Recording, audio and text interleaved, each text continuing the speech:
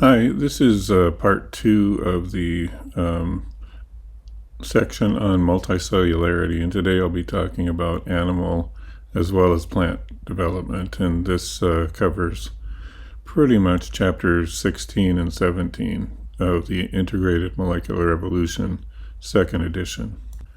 In the last presentation, I talked about Cenorhabditis elegans, a small nematode about a millimeter in length, total length, and briefly discussed the parts of the organism as well as the sexes.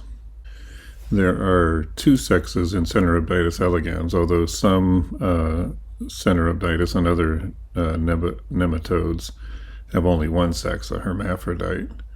So the hermaphrodite has 959 somatic cells plus sperm and eggs, and the male has 1,031 somatic cells plus sperm.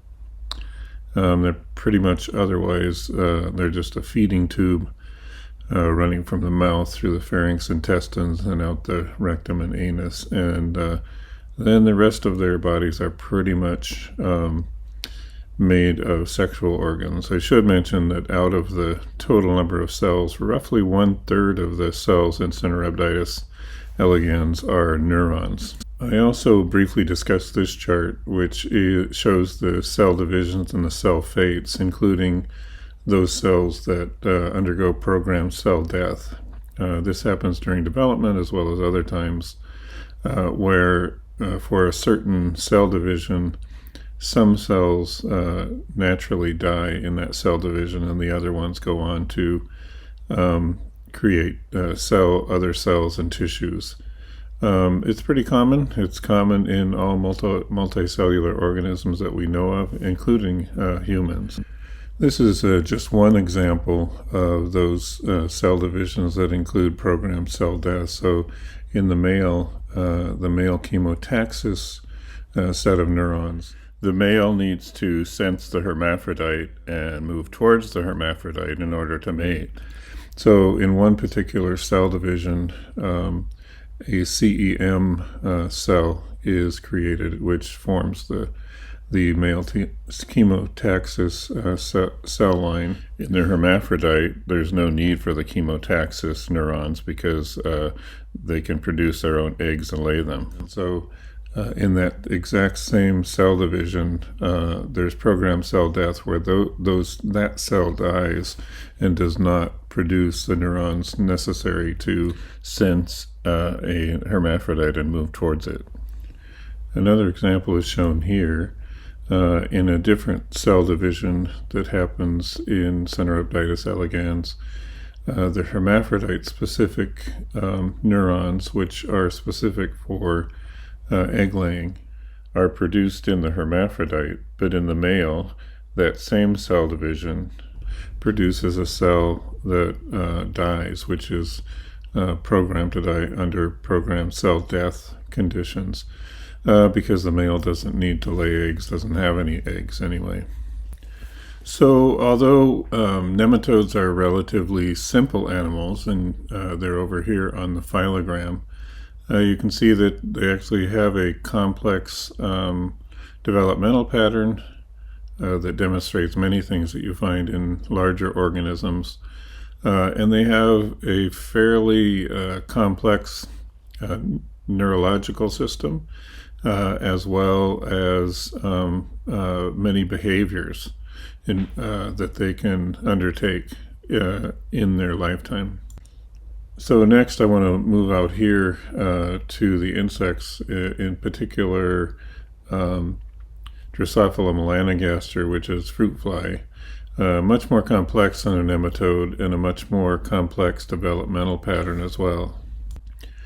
Here's some general information about Drosophila melanogaster. After mating, the eggs are laid, fertilized, and then it goes through a stage where it becomes a multinucleate syncytium.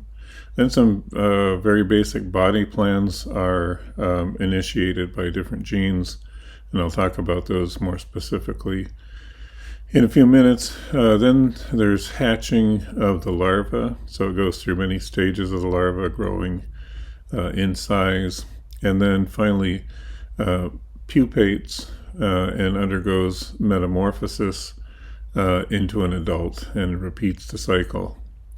On the lower right, that's just an adult Drosophila. I believe that's a male.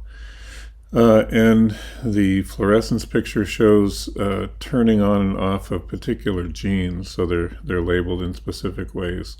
And then on the upper right, you just see a female and a male, a little slight difference in size, and also the chromosome structure. So you can see the two X chromosomes in the female and the XY in the male. The lower right panel just is sort of a picture version of the upper left life cycle. So you can see the hatchling coming out, and then the larva crawling around as a little slug, essentially. And then pupation occurs, metamorphosis then occurs, and eventually an adult fly hatches from the pupal case. This is a little more detailed view of the life cycle of Drosophila melanogaster. And if you start with the adult on the left-hand side, the first thing you see is that the eggs that are formed by the female have gradients of material in them. So they have maternal gene products that are differently organized within the oocyte. So there's already a difference between one end of the egg and the other end. So the first thing you do is get a fertilization by one sperm to form a zygote with one nucleus. And then there are 9 nuclear divisions. That is, only the nucleus divides. There are no cell membranes separating them. And you get a syncytial blastoderm. The nuclei then migrate out to the periphery of the organism, and there are pole cells at one end. Those incidentally become the gametes. So those are set aside very early in development so that they undergo the fewest cell divisions and replication cycles, which preserves the genetic material more than going through multiple replication and division cycles.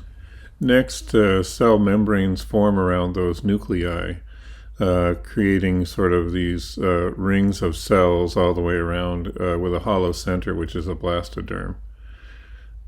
This is followed by expression of what are called gap genes, and these turn on and off in different parts of the organism at this point.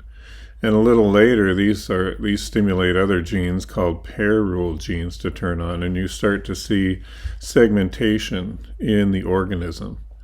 Next is expression of polarity genes, which set up even more segmentation. So each of those segments is split into more segments, etc. And each one is sort of a repetition in some ways of the other. And finally, you get expression of homeotic genes.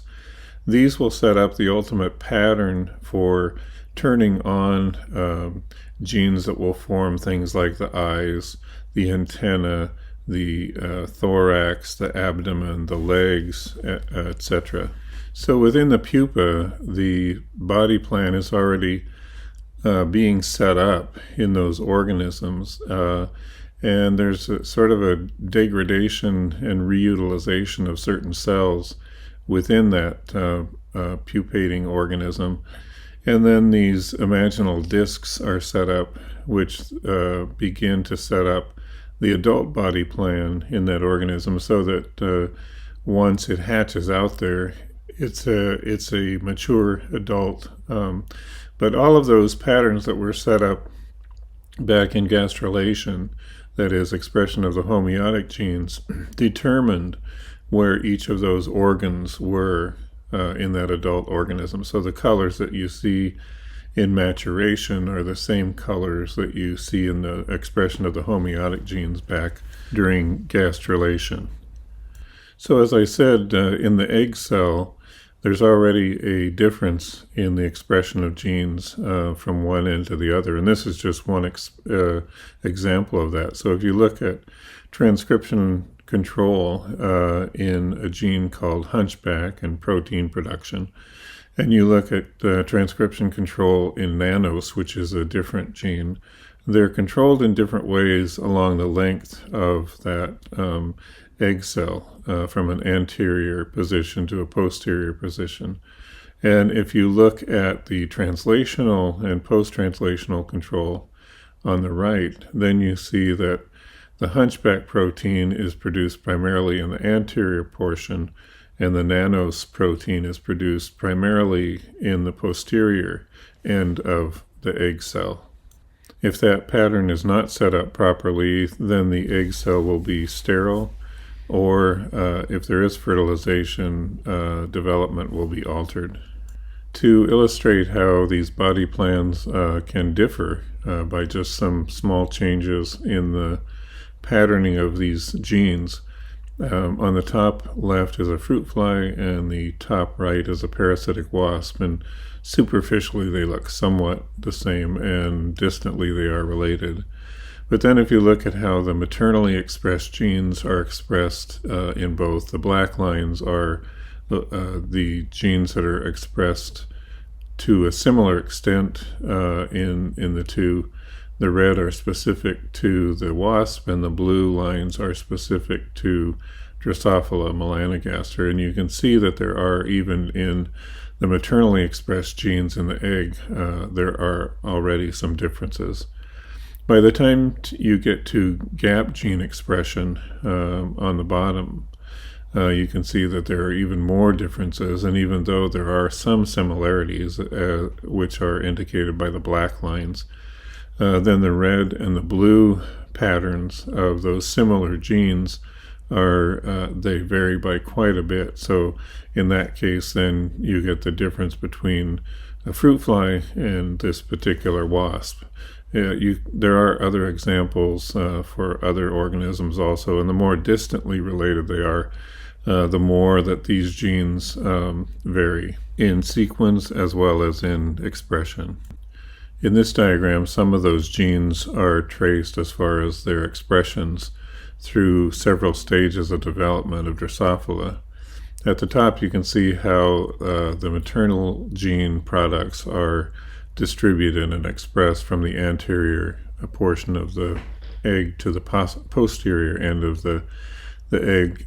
Some of these will stimulate the transcription of particular genes, and those are the ones with the arrows, and other ones inhibit the transcription of those genes, which just shows a bar. So BCD inhibits CAD, and NOS inhibits BCD, so there's control there. Next, you have the gap genes turning on, and that sets up even further distribution differences in the proteins. There's an early set of gap genes, and then a later set of gap genes that are turned on to really distinguish between the anterior and posterior ends of that developing embryo. And then the parabole genes start kicking in, and those start the segmentation of this organism. And by the time you get to the segment polarity genes, the segments that were set up in the previous portion of development are further bisected into even finer levels.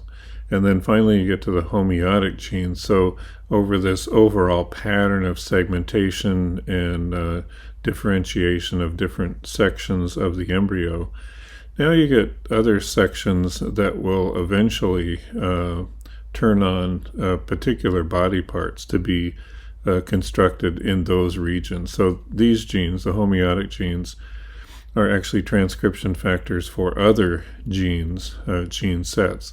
So they don't make the leg, but they turn on the genes that produce the leg and other organs as well.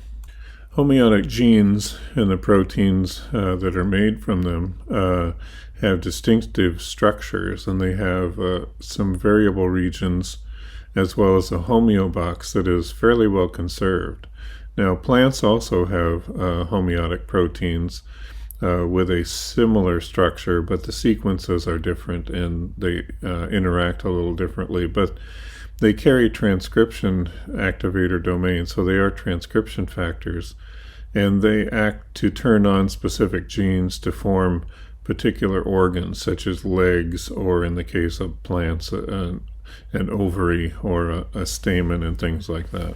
The proteins that are formed are DNA binding proteins, and they have 3 helices in the homeobox portion, and one portion interacts specifically in the major groove in DNA.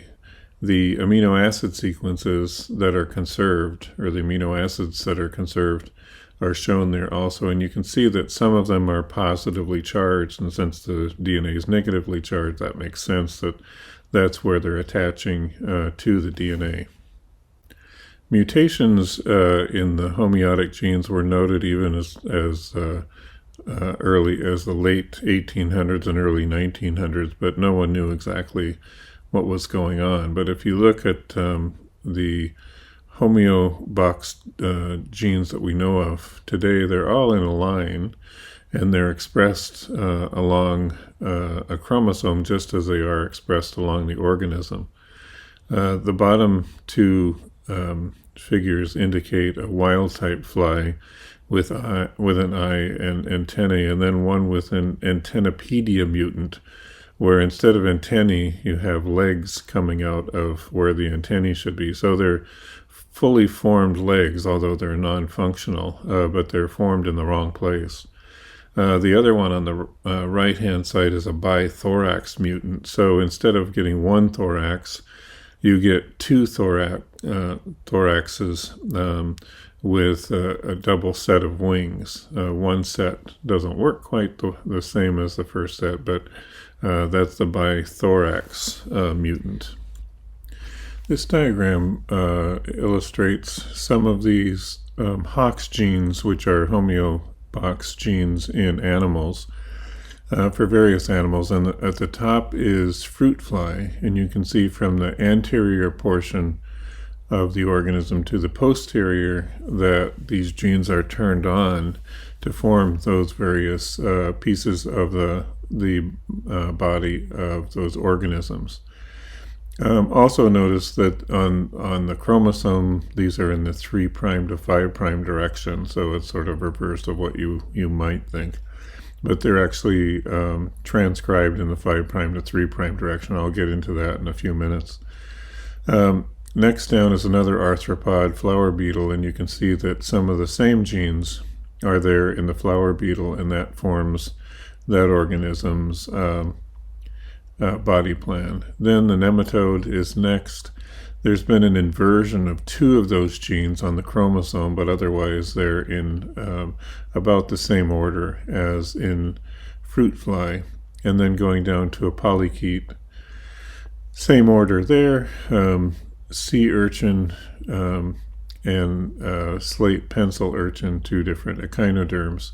You can see that for the pencil urchin, the order is the same as what you see in arthropods. However, there's been a major inversion in the sea urchin, although the genes are still turned on in the organism according to that body plan. Then there's the acorn worm, and then into the tunicates. And tunicates are chordates, just as we are chordates. You see the tunicate and the sea squirt and the lancet all have similar genes. At least they're in the same order. Some are missing some of the particular Hox genes, and that is determinant of their body type. Then we get into the vertebrates, including elephant shark, and you notice now there's 4 copies of those, because as I told you before, there have been whole genome duplications in these organisms. So remember, there were the ancestors, the immediate ancestors of vertebrates that had 1 copy of the genome, and then you got a duplication, in the jawless fish, and then in the jawed fish, which includes elephant sharks and other fish, there was a further duplication, creating 4 sets of those chromosomes. So now there's an A, B, C, D set of the chromosomes in elephant shark. And because these were whole genome duplications, these are all at different loci. So now you can, genetically at least, these gene sets are available to mutate independently of one another, or at least partially so. So then you have each one of these sets being somewhat different than the other set, and as I'll show you a little later, each one of the sets can act differently to set up different tissue types and different organ types. Now in the next group down, the ray-finned fish, or the bony fish, zebrafish and pufferfish are within that group, where there's been another duplication of the genome. So now you have, instead of 4 versions, you start with 8 versions of those genes, all at different loci on different chromosomes. In the case of zebrafish, they've lost one of the D loci, so there's only one D. And in pufferfish, they've lost one of the C loci, so there's a CA, but there's no CB in that case. And again, this allows for more flexibility in what types of organs and to produce in each case, and where to place those organs on the body of those organisms. Now, down at the bottom are the mammals. Now, those have only 4 copies because as during evolution, as progression went from the chondrichthyes, the elephant sharks, into the lobe-finned fish and the lizards, reptiles, and eventually the mammals, there wasn't a further duplication of the genome. That only happened in the bony fish. So there are 4 copies, each on 4 different places on the chromosome set. And again, these set up the body plans for mammals, birds, etc. Please note that in all of these, a wide diversity of animals for these Hox genes, that they're in the same order, that is, the anterior to the posterior end, or the head to the arms and legs or appendages. They're in exactly the same order in all of these organisms, except for a few inversions, chromosomal inversions that have been noted. And also you can see the evidence of those genome duplications among the Hox genes. As I showed last time, there have been whole genome duplication events in the past. And so if you start with this ancestral core date with 14 of the Hox genes, going from the red one down to the gray one is number 14, then there was a whole genome duplication which duplicated these genes also, and then divergence. So then one locus contains almost a full set of the Hox genes, and the other one contains fewer of the Hox genes. And so this was in the jawless fish, and you can see this has created some differences in the body plan as compared to the ancestral core date. And then there was another gene duplication event. And in the cartilaginous fish, this is evident with the 4 versions A, B, C, D, and then divergence to form unique loci for each of those 4 sets of Hox genes. And then finally, going down to the bony fish, there was another genome duplication event to form 8 sets of the Hox genes on different loci of those chromosomes, and further divergence to show a different pattern for each of the loci, including one of the loci going extinct. The DB down there is no longer functional at all. This is a diagram relating Hox gene evolution to a phylogenetic tree of animals, and also fungi and other organisms are included, just to show that there are other homeodomain gene families as well, and that's the HD at the top.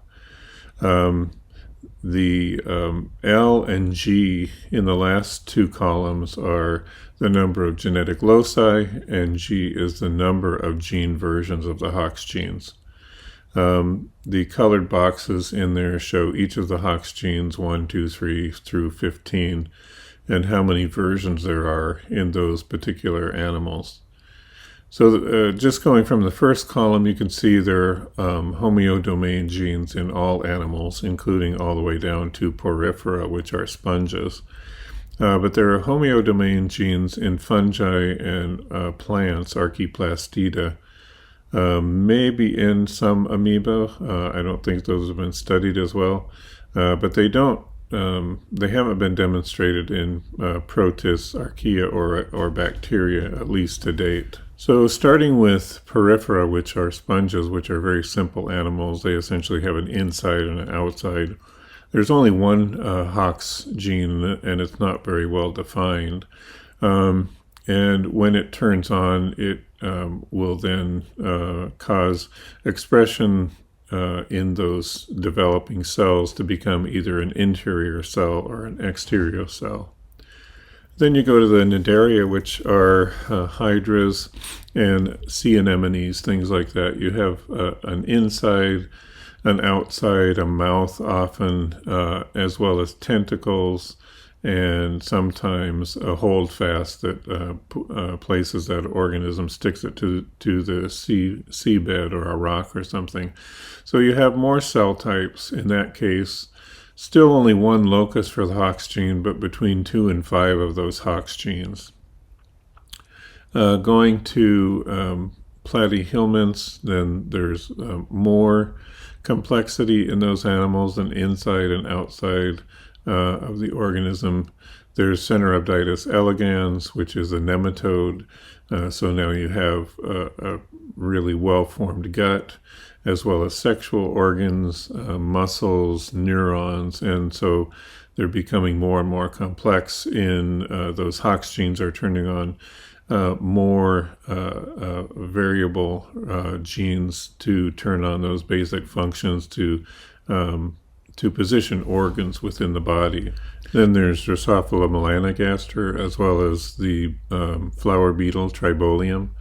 So there's more complexity in those. Again, you're getting more loci now, and there are more genes involved to form those more complex structures, which are caused by turning on different sets of genes to form those structures and cells and tissues. And then an annelid worm, which also has about the same complexity, up into the echinoderms, which are the starfish and related organisms, more and more genes to turn on more and more complex portions of those body types. And then we come to the chordates, the hemichordata, tunicates, and I'll talk about Oikoplera in just a few minutes. The cephalochordata, which look more like, something you would think of a vertebrate or chordate animal. And then the chondrichthyes, which are the sharks and related organisms. And then up into the vertebrates, including bony fishes, birds, and mammals. And in general, you can see those duplication events, which will form more and more loci, especially for fish. And duplications in birds and mammals and other chordates, and a lot more gene copies, a lot more Hox genes. And so that allows more and more diversification of cells, tissues, and body parts for those organisms. So now I can bring back this slide, which I presented in the last presentation. And again, at the bottom is a rudimentary phylogenetic tree, and then the Hox genes are represented as the little colored boxes. and each one represents a different locus. So starting with the ancestral chordate and then moving up to an ancestral jawless fish and then an ancestral jawed fish, you can see those genome duplication events are producing more and more loci of these Hox genes, all 14 or 13 in some cases. And then that leads to the sharks, the chondrichthyes, which are the cartilaginous fish. And then you move up further, and on one line get another duplication of the genome to form now 8 versions of the loci that hold the Hox genes. And that's in the bony fishes, and there's the 2 patterns for pufferfish and 1 for zebrafish.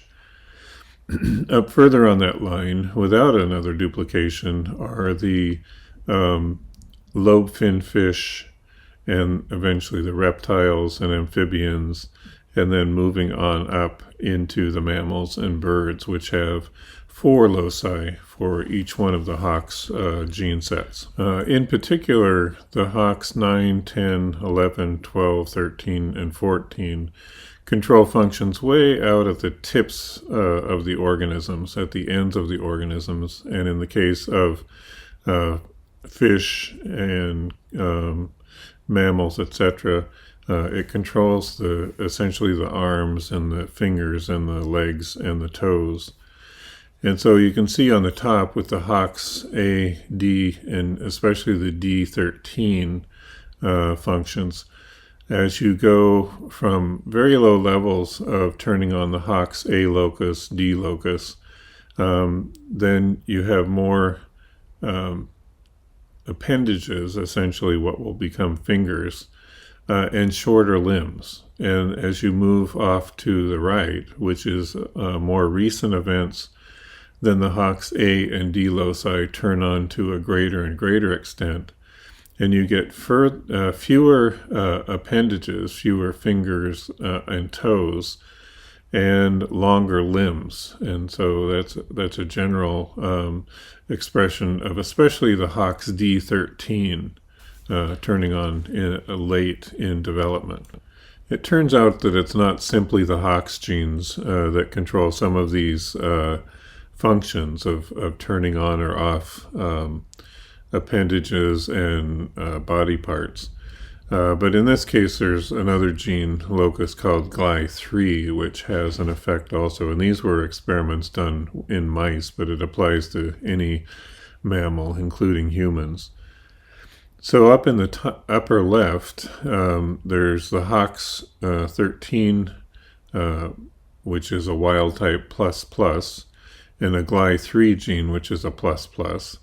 And you get fully formed toes on the feet of those mice. So there's 5 appendages there. In the case of humans, it would be 5 fingers and 5 toes.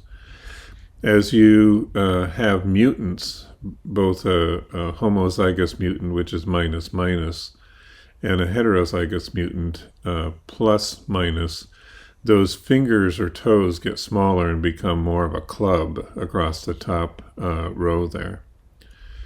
For GLY3, it controls the number of those fingers and toes. So as you go from plus, having 5 fingers or toes, down to a minus condition, you have many more fingers, in this case 7 of them.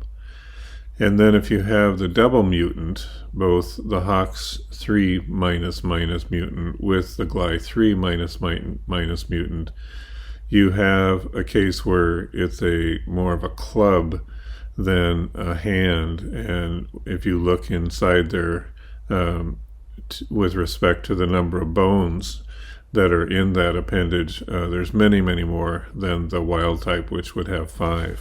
Both of these genes act as transcription factors, so they aren't really forming these appendages themselves. They're acting on other genes that they're turning on in certain amounts and expressing, which then lead to the expression or the formation of those particular organs.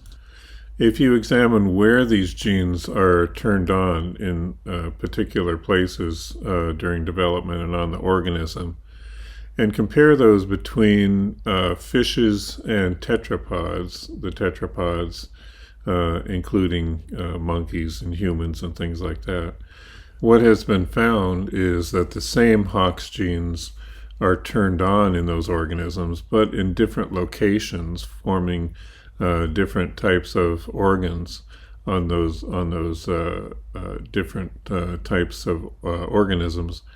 So that in fishes, HOX4, 6, and 9 are turned on higher in the spinal column than in tetrapods, where those genes are turned on lower in the spinal column.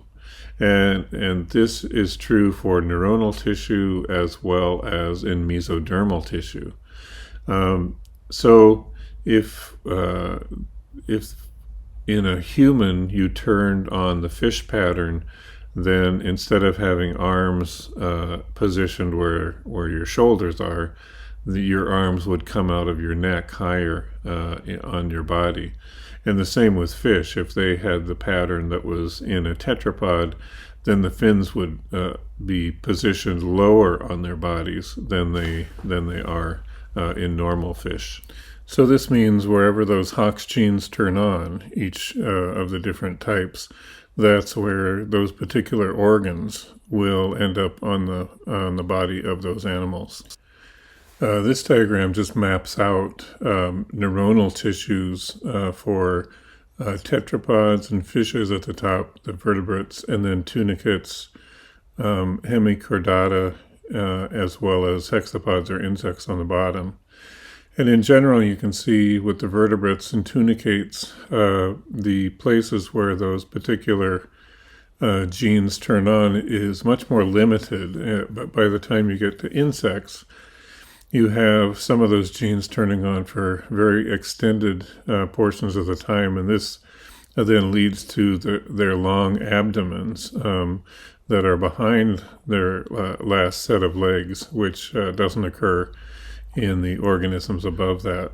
This diagram is similar to the first one, but instead of neuronal tissues, this is for somatic tissues. This more or less matches the patterning of the other, so that the neurons are placed in the same place as the arms and legs and fins and things like that of different organisms. And so that, for instance, wherever you put an arm or a leg, you're going to have neurons that extend out into those same regions that control that somatic tissue, which consists of muscles, skin, etc., in those organs. The patterns in annelids, including leeches, polychaetes, and others, are extended for longer tracts of the organism, and you can see this in the leeches and annelid worms and things like that, in that they're elongated, and the sections all are more or less the same, especially over extended portions of the organism.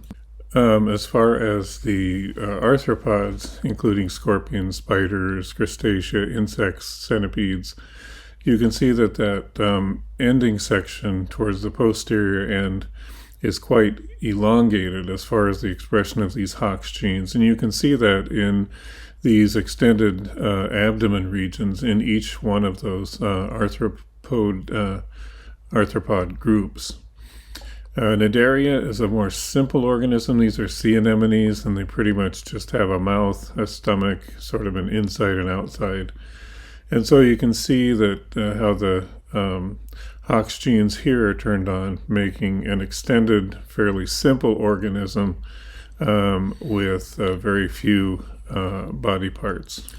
Here's a tunicate, Oikopleura dioica, which is a very simple chordate. We're also chordates, but this is one of the ones at the base of the chordate branch within the Animalia. And so you can see how the structure of turning on the Hox genes in the epidermis, muscle, nerve cord, and notochord. If you notice the what looks like the head. That whole part on the left-hand side is mostly just the body. So there's the siphon, small brain, pharynx, esophagus, heart, stomach, intestine, testicle, and ovary. And the rest of the organism is just a tail so that it can move around in the water. And the tail includes also a notochord. You and I, very early in development, had a notochord, but then it was sort of pushed out of the way as the spinal column developed. So that's how we get the group chordates. All of us have notochords. But in the case of this tunicate, the notochord is retained and really is a major portion of the mature organism. When compared on a phylogenetic tree, you can see that the Cnidaria have very few Hox genes and versions and produce a fairly simple organism. And then as you get into the nematodes, they also have a fairly simple expression pattern for their Hox genes, although there are more of them than in the Cnidaria. Then working up through the arthropods, the Hox genes become more extensive and create a more extensive body plan. In the cephalochordata and in the chordata, you can see that the Hox genes are arranged along what will become the spinal column, along the notochord and spinal column. And so they're also segmented in a similar way to arthropods, but instead of having a segmented body, their bodies are segmented along the spinal column. Also note that in chordata, in a person, you have different layering patterns of how those Hox genes are turned on. So you have a turning on of within the spinal column, and then somatic tissues inward from that have a slightly different patterning of the Hox gene. So in that way you can get some very complex patterns of layering of different types of tissues. Also, you can see how the limbs have a very similar pattern of turning on Hox genes 9, 10, 11, 12, and 13, both in the arms and in the legs as well. This illustrates how those Hox genes turn on to control those various functions that eventually form those limbs and bones and muscles and appendages and fingers, etc. So the first thing that happens is you get a limb bud initiation, and Hox D9 turns on initially. And this is followed by turning on or expression of Hox 10 and Hox 11, Hox 12, and then Hox 13. So that if you look down the forelimb or the hind limb in the mouse or in the human, you can see when these genes are turned on. First Hox 9, Hox 10, Hox 11, Hox 12, and Hox 13. So by the time you get to the fingers, you have 9, 10, 11, 12, and 13 turned on, which leads to the development of fingers or toes on the hands and feet, respectively. While the Hox genes each control sets of other genes that lead to the construction of a particular organ, they are in turn controlled by other factors, including enhancement elements and global control regions. These lead to sequential expression of those Hox genes. So they're turned on in the order of 1, 2, 3, 4, up to 13 or 14, depending on which Hox genes are there. But notice that these are arranged on the chromosome in a 3' to 5' region, although their expression is always, their transcription is always in the 5' to 3' direction. So in this case, the early enhancer starts off expression of Hox gene 1, and then 3, and then 4, and has less and less influence as it gets to Hox 11, whereas the global control region has more control over the later Hox genes. So ultimately, the genes are turned on in order, and there's some very fine-tuning control that the enhancers and controlling regions have over these genes to create different types of organs in different parts of the bodies of those organisms. As with most genetic and molecular mechanisms in these organisms, the very complex ones didn't start just as being so complex. They started out much simpler. So one of the schemes for how this occurred was initially up at A, you had one copy of the Hox gene, such as in sponges. There were gene duplications and more gene duplications by C. And then by D, there was local control of other elements. Elements had local control over which of the Hox genes were turned on when. Eventually, long-range elements, such as the enhancer elements in E, started controlling some of those genes, and local control was then lost in some of those. And then there was more control by the global control regulators on the other end, and ultimately the two enhancer element and the global control region started to influence when each of those genes was turned on and expressed, and which ones were turned on at what particular time in the organism and in which cells, essentially. So if we use Drosophila melanogaster as a model again, starting out in the egg cell, there are already patterns set up as far as gene expression. And then you create this overall segmented body plan. And onto that body plan, then you have Hox genes that will place organs in specific spots onto that original body plan. So the Hox genes turn on in specific locations in order to turn on other genes, which then produce the cell types and proteins, etc., to form those particular organs. And because you can have different cell layers, and you have anywhere between 1 and 4 loci for the Hox genes, you can get differential properties formed in each of the tissue layers of that organism. Now I want to switch over to plants, the Archaeplastida, which also have homeobox genes and have differential ways of expressing genes to form organs. And in a general sense, they're analogous, but then specifically, the mechanisms are somewhat different.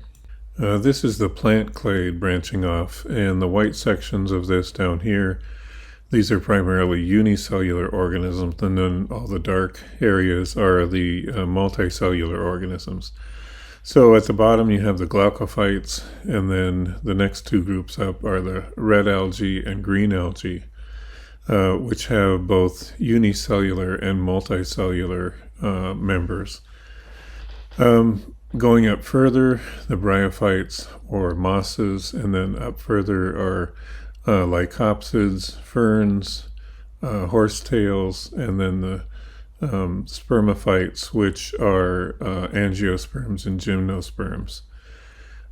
Among the multicellular organisms, on the lower end, the primary or larger part of the life cycle, these are gametophytes, or the haploid generations, and they have only a small diploid version of the organism of the life cycle. Whereas if you work your way out on this phylogram, then the sporophytes are the major part of the life cycle. So in plants, the trees and the floral, the flowers and larger organisms are the sporophytes, which lead to the gametophyte, which is the haploid tissue that leads to formation of gametes, and ultimately you reform the sporophyte after fertilization. Also in plants, there are two things called isogamy and anisogamy. So with the very simple plants, even the multicellular plants, then all of the cells look pretty much the same. That's isogamy. So even the gametes, there's no differentiation between the essentially male and female, but they're just called plus and minus sexes. Whereas when you get to anisogamy with the larger organisms, then there begins to be some differentiation between the gametes, so you can tell the difference between a male and a female cell. By the time you work your way up to trees and higher plants, then there's a real large difference between the male and female organs, as well as the male and female gametophytes and gametes. Here's a typical plant cell. The nucleus in the middle of the gray area is the cytosol, and then there's a vacuole. Because plant cells are restricted by the cell wall, they control some of the pressure of the cell by using the vacuole, although it serves other important purposes as well. Then there's the endoplasmic reticulum, the Golgi, chloroplast, mitochondria, etc. And then there are plasmodesmata that connect the cytosols of the two cells, the adjoining cells. But they are controlled, so there's some movement between there, some communication, which is different than in animal cells that communicate through proteins connecting both cells together, but not the cytosols. So in some ways, the physiology and interaction of the cells is quite different from plants to animals.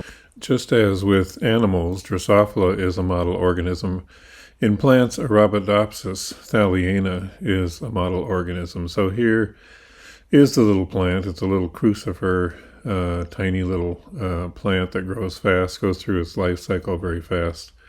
There's a flower up in the middle, and then some of the mutants of Arabidopsis are shown on the lower right. On the upper right is a diagram of normal development, and then there's the lower one in B is called the raspberry mutant. And just by a change of a single gene, which is like a homeodomain gene, you can change the entire developmental pattern in Arabidopsis. So that's one of the genes that acts very early during development. The typical angiosperm development, that is flowering plant development, is found, this part is found in the female parts are found in the ovary, which is inside of what's called a carpel, and inside of that is an ovule. Inside of that, you will find what's the female gametophyte. So in humans, right, the gametophyte is just simply the sperm or the egg. In the case of plants, the female has a multicellular gametophyte, and there are typically 8 cells, an egg cell with 2 synergids, 2 polar nuclei, and then 3 antipodal cells. Once the sperm comes down the pollen tube, it is actually 2 nuclei by that time. One is a sperm nucleus, which fuses with the egg nucleus to form the zygote, and then the other one fuses with the polar nuclei to initially form triploid tissue. This is called the endosperm, which is initially triploid, as I said, but quickly becomes polyploid and forms a lot of starch in maize or corn. This is most of what you're eating is that starchy endosperm. The initial cell division of that zygote is asymmetric, and the small cell on top eventually becomes the embryo, and the lower portion becomes the suspensor, which attaches this embryo to the ovary of the plant. Right away, there's differentiation of those cells and the tissue that's formed from them, so that the top part becomes eventually the shoot apical meristem. There's a middle portion that becomes the hypocotyl, which is the embryo stem. And then there's the radicle at the bottom, which is the embryo root. And then still there's that section attaching the embryo through the suspensor to the mother plant or the ovary. Just as in animal development, there are specific genes in plants in the embryo that turn on to produce different types of cells and different types of organs. So up at the apical end, you have PIN1, a specific gene that then eventually helps to form the shoot apex, and then there are genes at the bottom of the plant at the root or radical end that will turn on genes to form that tissue as well. Up on top in the shoot meristem or shoot apical meristem, there's zonation, so you have several layers, L1, L2, L3, and then the P's are leaf primordia that are being pushed up to form new leaves. And then you have a root meristem at the bottom of the plant, which forms the root portions, including the root cap, which is the columella cells at the bottom, which are protective of the root meristem cells. These are the things that push through the soil and are really rugged and tough cells. Here are two micrographs just showing the shoot apex at the top of a typical plant, and you can see the shoot apical meristem at the top with the leaf primordia surrounding it. And then at the bottom, you can see the root apex down here. Note that in the root apex, you really have a lot of distinct rows of cells going straight down, whereas in the shoot apex, you do have some rows of cells, but there's also some more bulky cells in the center to kind of broaden out the stem portions of the plant. This is a close-up of a shoot apical meristem, and you can see the leaf primordia on the upper left and upper right, the formation of new leaves. This is actually from my master's thesis on heterohelix, which is English ivy. And you can see in the center here these cells with very large nuclei, as well as smaller cells around the periphery, and more dark staining cells in the middle. And this central part here is called the apical initial zone. And those cells right there actually lead to all the genetic material that forms all parts of the shoot of the plant. So they're really sort of like stem cells of a plant. If you broaden out just a little bit, here's the shoot apical meristem again. You can kind of see darker staining cells in here. You can look at this in several different ways. The first layer, L1, is always one cell layer thick, and that's the epidermal layer, and it's always just one cell layer thick. L2 consists of at least two layers, and in the leaf primordia, then those actually broaden out into more layers as you get more and more cell divisions in a different direction. But genetically, those remain distinct, and I'll show you why that is in a few minutes. Another way that people have looked at this is to look at what are called tunica layers and corpus layers. So the tunica are specific layers. There's T1. T2 starts out as one layer, and then you get cell divisions to form more than one layer. T3 also starts out as a single layer, and then you get more cell divisions. But the corpus, which is the central body of the plant, tends to have cell divisions in all directions. Now, if you look at the staining patterns and the sizes of the cells, then you can break it down into zones also. So there's an apical initial zone characterized by darker staining cells.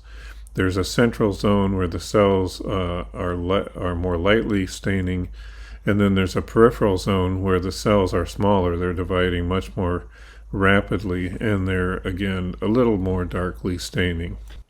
So if you look again in detail at this slide, you can see in here, there's a little more staining, a little lighter staining out beyond that. And if we go out a little further, the cells get smaller and again are darkly staining.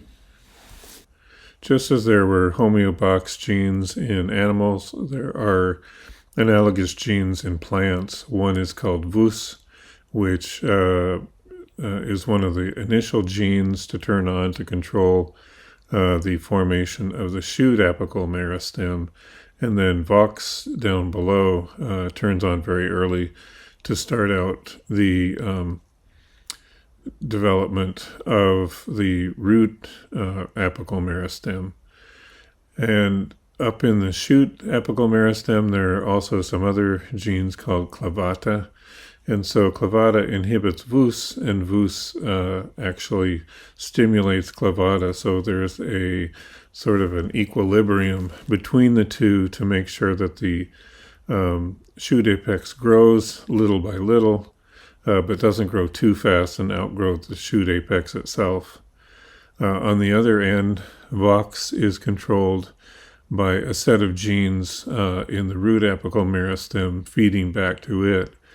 The central gene, CRN, is actually stimulating VOX expression, but then VOX is controlling expression of genes down below that to again control the shape and development of the root apical meristem.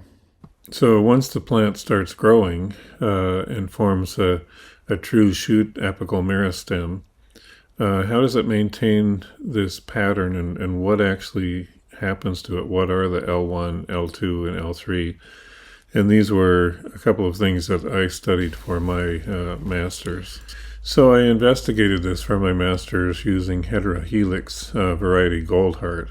Goldheart because it has a variegation pattern like this where the center of the leaf has defective chloroplast, so it doesn't form chlorophyll, whereas the rest of the leaf is green. So here's a wild type, here's the normal Goldheart, and then occasionally you get leaves where they're only half white and half green on one side, or half green and half white on the other side of the stem. You can relate this back to the shoot apex in that in half of the apex you have a normal wild type cell in one location, and in the other half of the shoot apex, the other cell on the other side, or other groups of cells, have the mutant condition. So in addition to mapping the apex up at the tip of the shoot in these plants, I mapped the green tissue throughout the plant and found this pattern, so that L1 consisted of the epidermal layer all throughout, and then L2 consisted of two layers in the shoot apex, but then those broadened out further out. And the green tissue formed the margins of the leaf, whereas the center part, which was the mutant tissue, the white tissue, filled out the center portion of the leaf. So in a wild type plant, all of this would be green, but in the variegated plant, this central part was white. So in this pattern over here, then L1 was 1 cell layer thick, L2 was between 2 and 3 cell layers thick, and L3 just made up the rest. And I could trace back to the center that this was the apical initial zone, and again, these are the cells that lead to all other cells in the plant. So these are more or less the stem cells of the plant. The central zone, other things are being expressed there, and then in the peripheral zone you're getting a greater proliferation of the cells, eventually pushing up leaf primordia and leaves. So there's a general patterning of cell layers called histogenic layers in plants, which are genetically derived layers. Each layer is a specific genotype. But then the next question is, how are leaves born on a plant? How are they set up? And that's actually done by a different set of genes. In plants, if you look at the shoot apex, there's a leaf primordia pushed up in one position, And then another one is pushed up at a later time in a different position on the plant, and then a third one is pushed up, etc. And so you get this pattern of leaves formed in the shoot area of a plant. So if you look down, if you cut across the shoot apex at the level of some leaf primordia, here's one leaf, there's the next, etc. in a whorl. Here's the shoot apex, and a couple of the main genes and proteins turned on are stemless and knotted. And stemless will inhibit leaf primordia until the cells get far enough away from the shoot apex that they're not inhibited anymore, and then they start pushing up a shoot apex, which are stimulated by AS1 and AS2. There are other genes, YAB and CAN, which will determine which is the adaxial side of the leaf, which once the leaf unfolds, it will face the sun, and the abaxial side of the leaf, which will be the underside of the leaf, which will have the stomata for gas exchange of the leaf. When and how these are turned on varies from one plant species to another. So there are many different types of arrangements of the leaves around the stem on a plant. So there's the ones where you have an opposite arrangement, where leaves are born on either side of the shoot apex, two at a time. There's decussate, where two are in one direction, the next two are in a direction that's 90 degrees to that, etc. There are tricussate whorled, which are 3 leaves around one whorl, and then 3 leaves around the next whorl, etc. Alternating leaves, which is what happens in heterohelix. There's one leaf on one side, and then further up on the stem there's a leaf born on the other side, and another leaf on the other side, etc. And then simply whorled, so you have many leaves around each whorl of the stem. Then there are Fibonacci spirals and Fibonacci alternate patterns. And Fibonacci is just a type of spiral pattern. So in each case, these are determined by some of the same proteins formed by some of the same genes.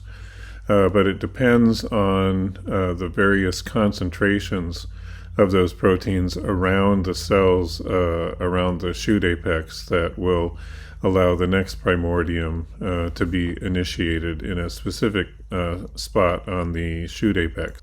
Here are some examples of each one of those. These ones are opposite, so 2 leaves are formed in each part of the stem. Decussate are ones where you have 2 going one direction and then 2 coming out at a 90 degree from those, and then 2 further up at a 90 degree angle to those. Alternate, this is a heterohelix again, 1 leaf on one side, then go up the stem, the next leaf is on the other side of the shoot apex, etc. Here are tricussate whorled, where there are whorls of 3 leaves in each position on the shoot.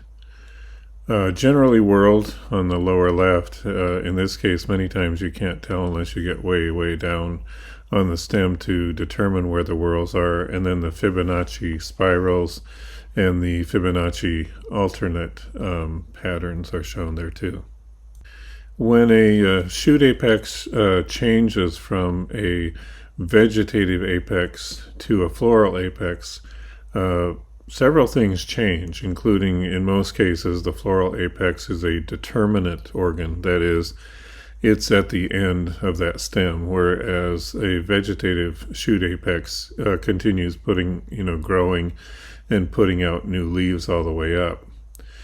But here, several things can affect a transition to flowering, including the effects of different light and wavelengths of light, certain hormones, especially gibberellic acid, and then temperature effects, both warm and cold depending on which plant it is, and then nutrient effects, including sugars and other compounds that affect a transition to flowering. When there is a transition to flowering, these homeotic type genes or developmental regulation genes are involved. One of the ones in the center of this is leafy, LFY in the center there.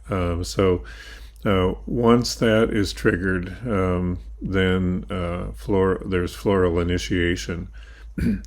That can influence the expression of this A group down here, A petala, etc.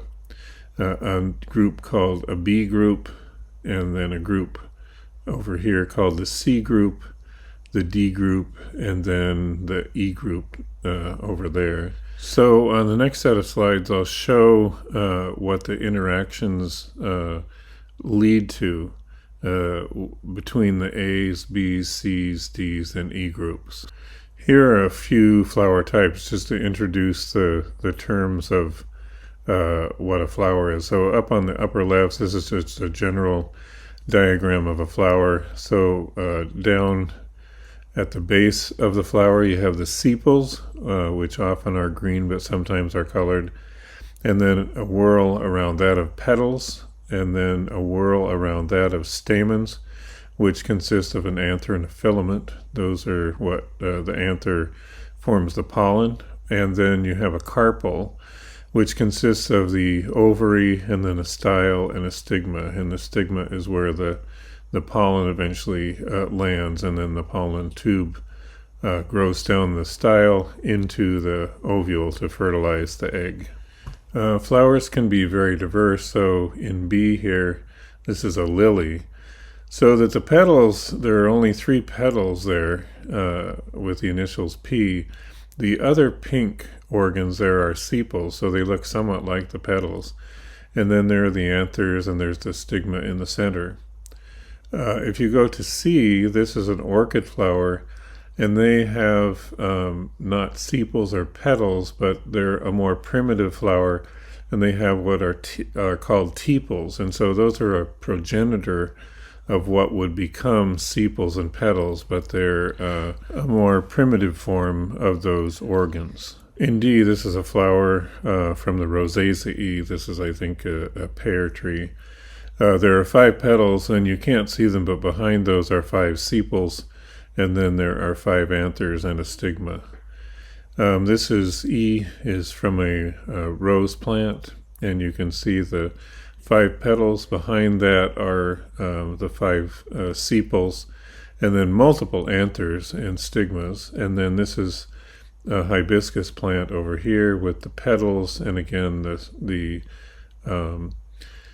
sepals are behind that. And then you have a fused set of a tube-like set of anthers, and then a stigma coming out the top. So quite a bit of variation and diversity in flowers and floral organs. So if you remember the A, B, C, D, and E gene sets from a previous slide, in a normal flower, if you look at the top of that flower, you have, if only A genes are influencing that area, you get sepals. If A and B proteins are produced, you get petals. If C and B genes are produced, you get stamens. If only C's are produced, you get carpels, and in the center, the D genes form just the ovary.